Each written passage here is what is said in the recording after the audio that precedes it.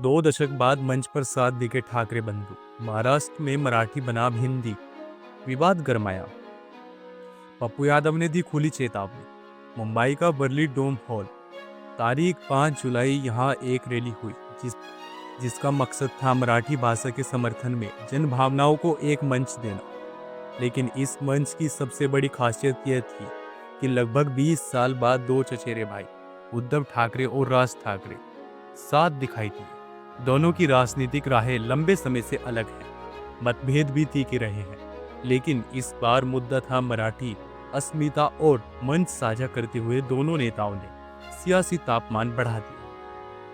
पृष्ठभूमि विवाद की शुरुआत कहां से हुई? हाल ही में महाराष्ट्र में कुछ घटनाएं सामने आई जहां गैर मराठी बोलने वालों, विशेष रूप से हिंदी भाषी लोगों पर हमला किया गया। कुछ वीडियो सोशल मीडिया पर वायरल हुए जिसमें देखा गया कि बसों में, दुकानों पर या सार्वजनिक स्थानों पर अगर कोई हिंदी में बात कर रहा है तो उसे धमकाया या मारा गया। इन घटनाओं के पीछे कथित रूप से महाराष्ट्र नवनिर्माण सेना MNS के कार्यकर्ताओं का हाथ बताया गया। यही वही पुराना मुद्दा है जिसे राज ठाकरे बार बार उठाते रहे, मराठी भाषा को महाराष्ट्र में प्राथमिकता मिले। पप्पू यादव की चेतावनी ने बयानों को गरमाया। बिहार के पूर्णिया से सांसद पप्पू यादव ने इस मुद्दे पर सबसे पहले तीखा रुख अपनाया। उन्होंने एक्स और ट्विटर पर लिखा, महाराष्ट्र में हिंदी भाषियों पर हमला बंद करो। राज ठाकरे, अगर तुमने अपने गुंडागर्दी नहीं रोकी तो मैं खुद मुंबई आकर तुम्हारी हेकड़ी निकाल दूंगा। ये बयान तगड़ा था, सीधा था और उत्तरी भारत के उन लाखों परिवासियों के लिए आवाज था जो मुंबई में काम करते हैं लेकिन अब डर के माहौल में भी जी रहे हैं। पप्पू यादव ने बाद में एक प्रेस कॉन्फ्रेंस में साफ किया कि उद्धव ठाकरे को लेकर उनका कोई विरोध नहीं है।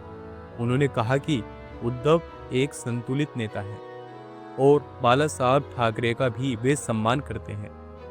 उनका असली निशाना सिर्फ राज ठाकरे पर था, जिन पर उन्होंने आरोप लगाया कि वे बीजेपी के इशारे पर उत्तर भारतीयों के खिलाफ माहौल बना रहे हैं। रैली में क्या बोला उद्धव और राज ठाकरे ने? 5 जुलाई को वर्ली में हुई रैली में जब राज और उद्धव साथ मंच पर आए तो सबकी निगाहें इस पर टिकी थी कि ये दोनों क्या कहेंगे।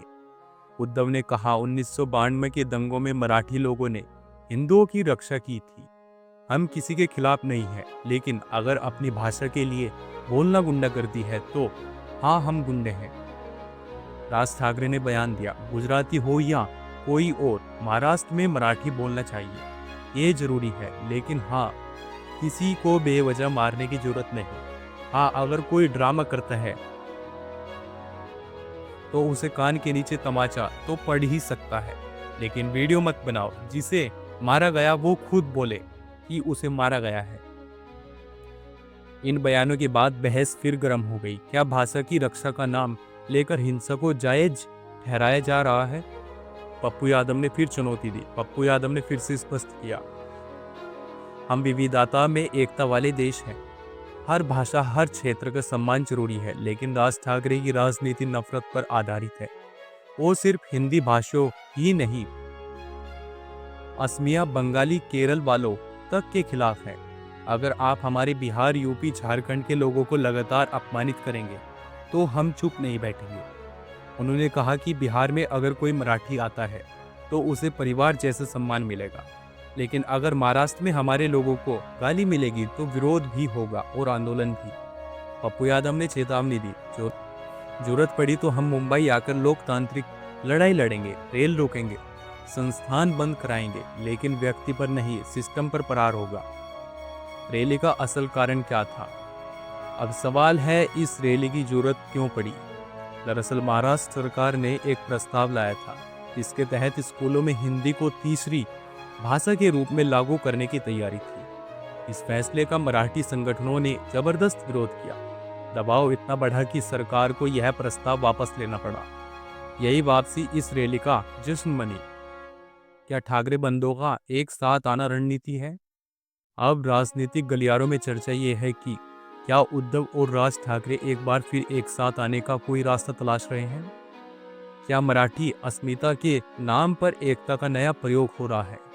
उधर पप्पू यादव जैसे नेता इसे उत्तर भारतीयों के सम्मान और संवैधानिक अधिकारों का सवाल मानते हैं और मैदान में उतरने को तैयार हैं। अब क्या होगा? क्या इस भाषा विवाद का कोई स्थायी समाधान निकलेगा? आप इस मुद्दे को किस नज़रिए से देखते हैं? क्या भाषा के नाम पर किसी के साथ हिंसा सही है? कमेंट में जरूर बताइए। ऐसे इंटरेस्टिंग वीडियो देखने के लिए चैनल को सब्सक्राइब करें, वीडियो को लाइक करें। हाँ, अगर मेरे मुंह से कोई गलत शब्द निकला है तो उसके लिए माफ़ी चाहते हैं। कोई भी कंट्रोवर्सी, कोई विवाद करने की जरूरत नहीं है। प्लीज़ कमेंट सेक्शन में बताइए। धन्यवाद।